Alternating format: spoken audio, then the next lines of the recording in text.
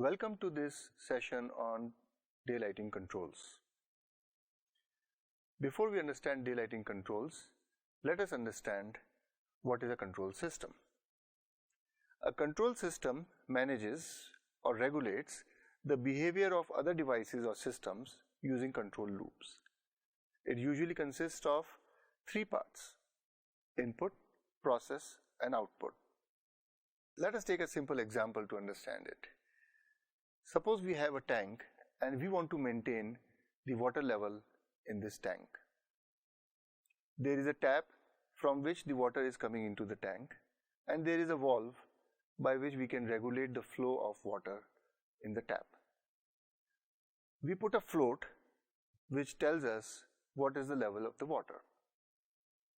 When the float reaches the level where we want the water to be maintained, then at that level it closes the valve. So basically we are able to maintain the water level and control the flow from the tap by controlling the valve and achieve the desired water level. So this is a simple example of control. On the similar lines, we can use controls to maintain the light levels in the space. We know that the daylight entering from windows or skylight, that will keep on changing from time to time in the day or season to season. However, we will like to have a desired illuminance level on the task surface. So to maintain that level, we will change the intensity of the light, the artificial lights, and get the desired level. We can sometimes also change the angle of the blinds or put shades and control the amount of daylight that is entering into the space. So basically, we want to control and achieve a desired lux levels on the task surface. Let us see it in a little bit more details. How does closed loop control look like? In closed loop control, we give the desired level that we want to achieve as an input, sometimes also called set point. And then we measure whether the level is equal to the set point or is it different.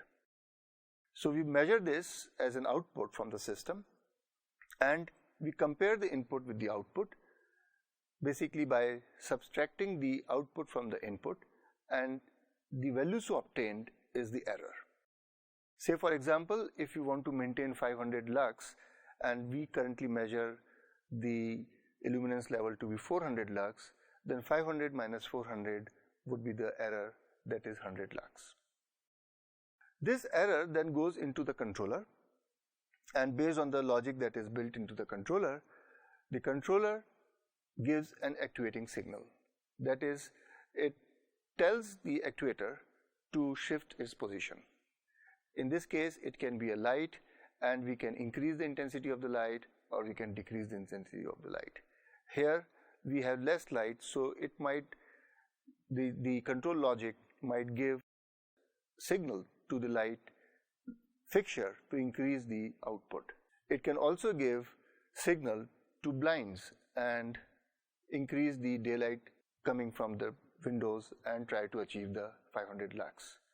So basically, the controller gives the actuating signal, and then the system achieves a new state, and we measure whether our set point is being met or not. So this loop continues till we achieve the set point. How do we apply closed loop into the daylight control system? In this image, you see that there is some daylight entering from the window and it is falling onto the task table and it is getting reflected. There is some light falling from the artificial light fixture on the task, and then that is also getting reflected. Our objective is to maintain the illuminance level on this table. Ideally, we would like to have a sensor on the table which can tell us what is the illuminance level. But we cannot place a sensor on the table because it will disturb while we are working. So we put the sensor on the ceiling. So this sensor indirectly measures the light that is falling onto the table. It measures both the light reflected from the artificial fixture and the light that is coming from sun and getting reflected from the table. It cannot differentiate between the two. Now, to maintain this level, once we estimate this lux level by this photosensor put on the ceiling, we can give a control signal to the lamp to dim or to brighten, or we can also give this signal to the shade and we can close it or we can open it. So in this case, suppose we are getting less lux levels than desired, then we will open the blind and try to get more daylight. And if we are not able to attain the set point even after opening the blind fully, then we will give signal to the artificial light to increase the light output till we attain the desired level. Like this, we can control the daylight coming into the space, and we can also control the artificial light and ensure that we get the right lux levels onto the table. There are some drawbacks of this system.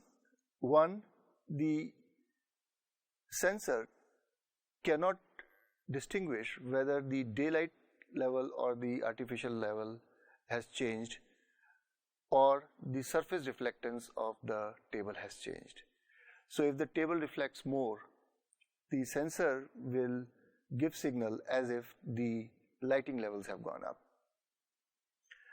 The other problem is that the sensor cannot differentiate between the artificial light and the daylight. It only knows the total amount of light that is falling onto the table. One advantage of this system is that if the light output goes down because of the lumen depreciation of the lamp, then this system can compensate for it because it can increase the light output till the desired lux levels are achieved. Usually these sensors would have a narrow field of view and they should see only the task environment. They should not see the window or the lamps, because the direct light coming from the window or the lamps would give wrong signals to the sensor. Now let us look at open loop daylighting control system. In case of open loop daylight control systems, we put the sensor generally outside the building. This sensor doesn't face the task environment. It faces outside. It can only measure the daylight that is falling onto it. It cannot measure the artificial light. So in this case, based on the daylight that is falling onto the sensor can control both the blinds as well as the artificial light and try to maintain the desired lux levels. However, it cannot take into account the window treatment. If somebody closes the window, the sensor will not come to know and it will assume that the light is going through the window. Usually these sensors would have a wide view angle so that it can capture the overall brightness that is there, and usually these sensors would have a wide view angle. The advantage of closed loop sensor is that if somebody closes the window, then that sensor will be able to detect that, because the lux levels on the table will change when the window is closed. In case of open loop, it will not be able to detect it. So how are we basically achieving the control of the artificial light? We know that the daylight, when it enters from the window, it doesn't enter and reaches all the spaces in the building. More daylight will be found near the window and less when we go deeper into the building. So this is not a uniform distribution. Therefore, the interior lights also should have non-uniform control. It should not happen that all the lights are dimmed equally. Generally, we will have 3 zones in a building. The perimeter zone generally would be dimming more than the core zone, because the perimeter zone will see more daylight coming in. So in this figure you see that the perimeter zone is totally off and the middle zone, which is between the perimeter and the core zone, is 50% off, and the core zone is 100% on. So like this, we are able to compensate the variation in the daylight by putting varying artificial light and trying to achieve uniform illuminance near the targeted levels throughout the space. The daylight control not only can help us achieve the right lux levels throughout the space, but it can also help us in controlling the glare. It can control the shades or other devices whenever there is a possibility of glare. It can also control the heat ingress into the building. When there is too much of heat coming from the window, the shades on the windows can be closed and the heat ingress can be reduced. So what is the impact of daylight controls? We can divide the impact into two aspects, the energy aspect and the indoor environment aspect. From the point of view of energy, we save on the artificial lighting energy. It can be up to 100% in a very nicely daylit building. We save on the cooling associated with the heat that is generated by the artificial light. We can also reduce the peak energy demand during daytime. From the indoor environment point of view, the control can help us in minimizing daylight glare. It can also help us in maintaining thermal comfort. People who sit close to the window can feel uncomfortable when direct solar radiation is coming through the window and warming up the space near them. The daylight control system can also provide views to the exteriors whenever there is an opportunity. These systems can open and provide nice views outside. Overall, all these controls can help in increasing the productivity, can help in improving the general health and circadian rhythm of the occupants. So what are the components of daylighting controls? We can divide them into three. We can say that there are sensors, then there is some control logic, and then there are actuators. Sensors can be as simple as an illuminance sensor, a pyranometer, or can be more complicated like sky scanning unit, sun tracker, or sky camera. Besides measuring the light related parameters, we also measure different other parameters, and one of the most common one is to measure the occupancy in the space. For measuring that, we can use motion sensor. Once we have sensed, naturally we will like to control something. So the actuators that are commonly used in buildings are shades and blinds, awnings, louvers. We can control them according to the requirement, according to the sun angle, according to the light that is coming in through the window. There are also apertures which can be controllable. These can be found in light pipes. So if too much light is coming from the light pipe, the aperture inside can reduce the area and less light will come inside. We have already seen smart glass. So we can control the smart glass and change its transmittivity as per our requirements.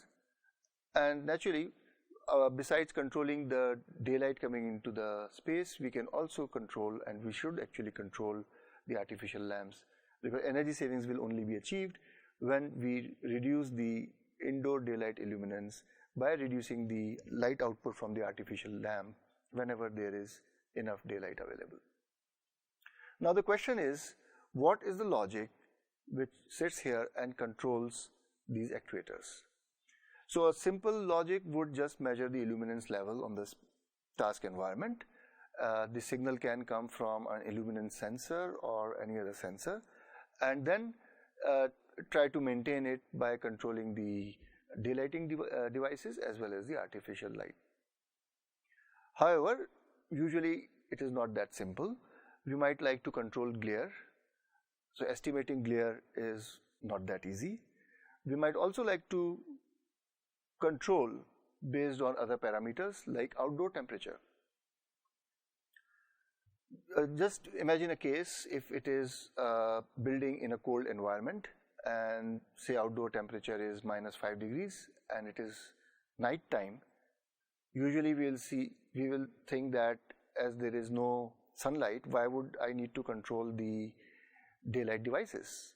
But in this case, in the night time when the outdoor temperature is so low, the building would be losing heat, and we might like to control the shade and bring down the shade, not to prevent any light from coming inside to outside or from outside to inside, but for increasing the insulation on the window so that the heat that is going out from the building is reduced. So the daylight control systems can also operate on temperature. We can even imagine the other way around. In case of summers in a tropical region, when we are doing cooling inside, if the outdoor temperatures are high and a lot of light is heat is coming as well as light is coming through the window, and if the space is unoccupied, we will not like to provide the desired lux levels, because if the space is unoccupied, we are unnecessarily bringing in daylight and heating up the space. So we might like to close the shading devices and reduce the heat ingress from the window. So the control logic can be based on various other factors such as the cooling load, heating load, occupancy, and the solar radiation that is falling onto the window.